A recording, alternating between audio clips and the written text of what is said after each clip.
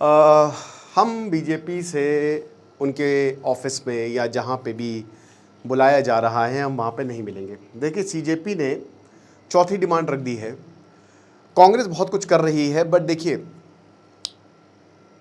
कांग्रेस हम सबको पता है कि भाई गजब पॉलिटिक्स, गजब राजनीति। और लेकिन चलो विपक्ष बातें उठा रहा है, स्टूडेंट्स की बातें माननी चाहिए। बीजेपी फाइनली बात करने को तैयार हुई है, फाइनली। और सोनम वांगचुक ने भी कुछ कहा है, एक एक करके चीज़ों पर बात करते हैं। आशा करता हूँ आप सब बहुत अच्छे होंगे। मेरा नाम है सिद्धांत अग्निहोत्री, स्टडी ग्लोस पे आपका बहुत बहुत स्वागत है। भैया ये कहना मुझे लगता है इस तरीके के लेक्चर्स में अब मैंडेटरी हो गया है कि वही 5 करोड़ का ऑफर खोला है। कोई अगर प्रूफ कर दे कहीं से फंडिंग आ रही है मेरी तो 5 करोड़ आके ले जाओ, मैं लोन लेके दूंगा बट दूंगा। ठीक है, अब ये एक्चुअली आप इस तरीके के लेक्चर जो पॉलिटिकल होते हैं ना, देखेंगे ये कमेंट। और एआई, जो हम एआई सिखाते हैं, तो इसकी सेल हमने चलाई थी एक दिन के लिए। आप अगर आप इंटरेस्टेड हो तो आप इसको अवेल कर सकते हैं, जिसमें video generation, graphic designing, prompt engineering सब होगा। तो बात ये है कि देखिए जेपी नड्डा से कल मिले थे सौरभ दास, आशुतोष रांका और विजेता दहिया को हटा दिया। मैं इसीलिए कह रहा था कि जो सीजेपी की लीडरशिप है उन पर बहुत ज़्यादा भरोसा नहीं करता।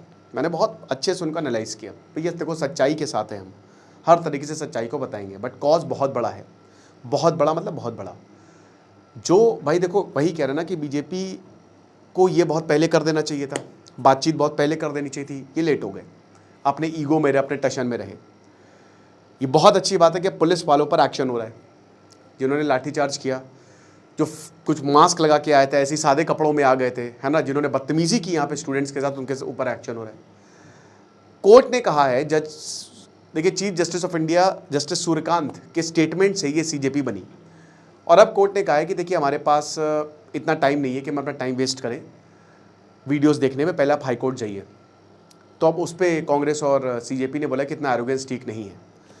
लेकिन हम सबसे बड़ी बात ये बताएंगे कि देखिए यहाँ पे पहले 3 डिमांड्स थी सीजेपी की, कोर डिमांड्स। और उनकी डिमांड सबसे पहले कि 1 करोड़ रुपए देना चाहिए जिन्होंने नीट को लेकर सुसाइड किया। उसके बाद धर्मेंद्र प्रधान का तो इस्तीफा है ही है, वो तो आपको लेना ही पड़ेगा। अब उसके अलावा पार्लियामेंट में डिस्कशन, उसके अलावा चौथी डिमांड ये है कि एफआईआर नहीं होगी, किसी भी प्रोटेस्टर्स के खिलाफ एफआईआर नहीं होगी। और यही सोनम वांगचुक ने बोला है। सोनम वांगचुक ने भी पत्र लिखा है फिर से और बोला कि 65 एमपी जो हैं वो हमारे पास आए और बोला कि फास्ट एंड करिए और हम तैयार हैं। देखिए सोनम वांगचुक की डिमांड बहुत जायज़ थी, बहुत ही रैशनल डिमांड थी उनकी। और उन्होंने कहा था कि भाई हम चाहते हैं कि अकाउंटेबिलिटी ली जाए पार्लियामेंट में। वो भी बीजेपी ने नहीं सुना, उतना भी नहीं सुना। तो अकाउंटेबिलिटी ली जाए, बात हो, बस।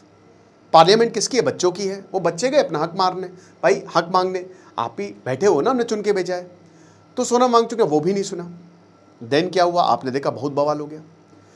तो भाई सोनम वांगचुक ने अब ये बोला है कि मैं फास्ट एंड कर दूंगा। पहली बात अकाउंटेबिलिटी हो, ये तो उनकी डिमांड रही हो। दूसरी बात कोई प्यूनिटिव एक्शन नहीं लिया जाएगा।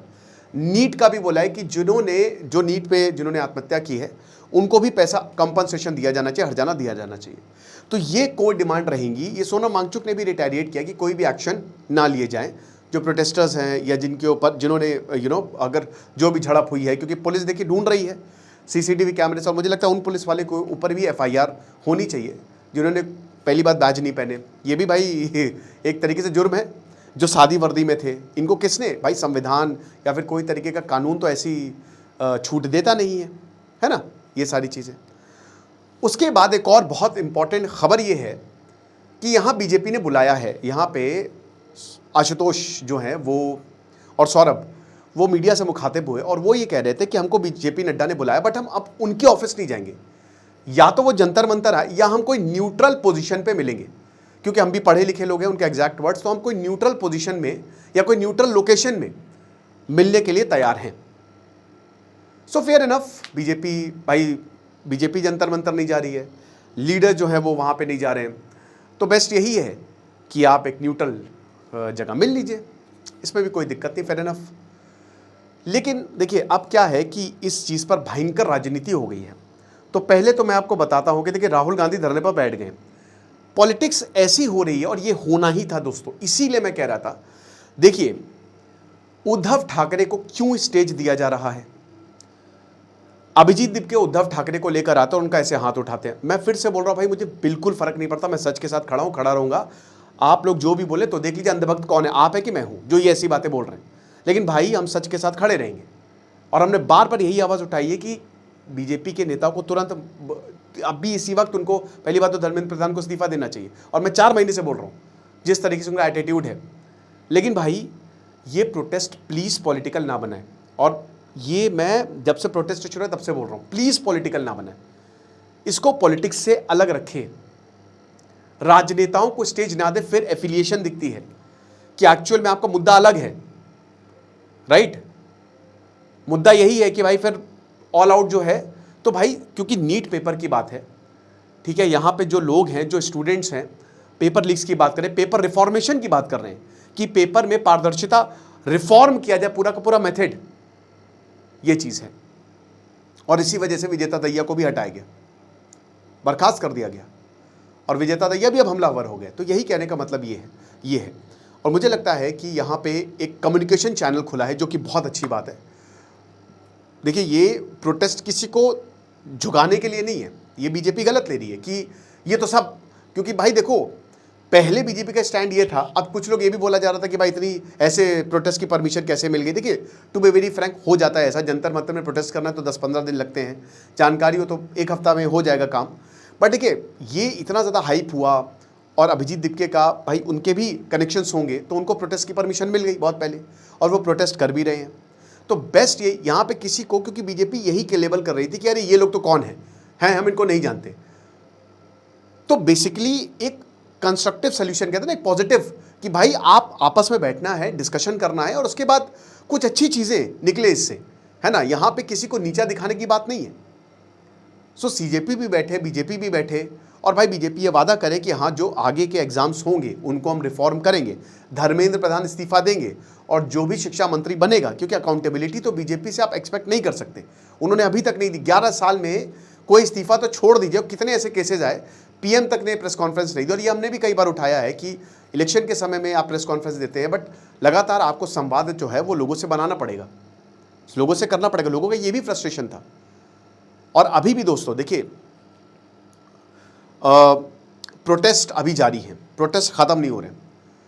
तो अब पूरा का पूरा मामला ये है, और राहुल गांधी ने बहुत कुछ बोला। राहुल गांधी ने बोला कि 10 साल में इतने सारे पेपर लीक हुए। मैं एक और चीज़ बता दूं, केरल में किसकी सरकार है, तो केरल में भी वाटर कैनन चलाए गए हैं, ठीक है। तो मैं बता रहा हूँ कि राजनेताओं को कोई फर्क नहीं पड़ेगा, ये हर चीज़ में राजनीतिक रोटियां सेकेंगे। कांग्रेस को अभी याद आ रही है, आम आदमी पार्टी को अभी याद आ रही है, वो इतने समय से 20 दिन हो गए सोनम वांगचुक प्रोटेस्ट पे बैठे, तो कोई उनसे, राहुल गांधी छुट्टियां मना रहे थे बाहर। तो बात ये है। और भाई मैं बार बार यही बोलता हूं कि विपक्ष अगर मजबूत नहीं होगा, अगर विपक्ष मजबूत होता तो सीजेपी जैसे प्रेशर ग्रुप की जरूरत नहीं पड़ती, या ऐसे बहुत सारे प्रेशर ग्रुप हैं। विपक्ष क्योंकि उतना मजबूत नहीं है, तो यही चीज है। फिलहाल ये डिमांड्स हैं, तो एक तरीके से मुश्किल थोड़ी सी बढ़ती हुई दिखाई दे रही है, लेकिन मुझे लगता है कि इसका सोल्यूशन जरूर निकलेगा। और यहाँ पे दोनों सीजेपी के जो स्पोक्स पर्सन है, सीजेपी को लीडर्स हैं, and on the other hand जो बीजेपी के लीडर्स हैं, वो बात करेंगे, और कुछ ना कुछ कंस्ट्रक्टिव हम उम्मीद करते हैं निकले, ठीक है। क्योंकि प्रोटेस्ट लंबा खिंचता जा रहा है, और वही बार बार अब सवाल उठाया जा रहा है कि कब तक। अब यहाँ पे सीजेपी लगातार डिमांड कर रही है, लेकिन कहते हैं ना कि एक सैचुरेशन पॉइंट आता है जहाँ पे अब आपको डिसीजन लेना पड़ता है। हालांकि वो डिसीजन सीजेपी पर डिपेंड नहीं करेगा, वो डिपेंड करेगा बीजेपी के ऊपर, कि जितनी जल्दी बीजेपी डिसीजन ले लेगी उतनी जल्दी ये प्रोटेस्ट खत्म हो जाएंगे। और ऐसा नहीं है कि कोई बहुत भयानक मांगे हैं, बहुत ही नॉर्मल सी मांगे हैं, बहुत ही सटल सी मांगे हैं, ठीक है। बहुत ही कहते हैं ना कि जो बेसिक राइट्स हर किसी के पास होनी चाहिए, वो मांगे हैं।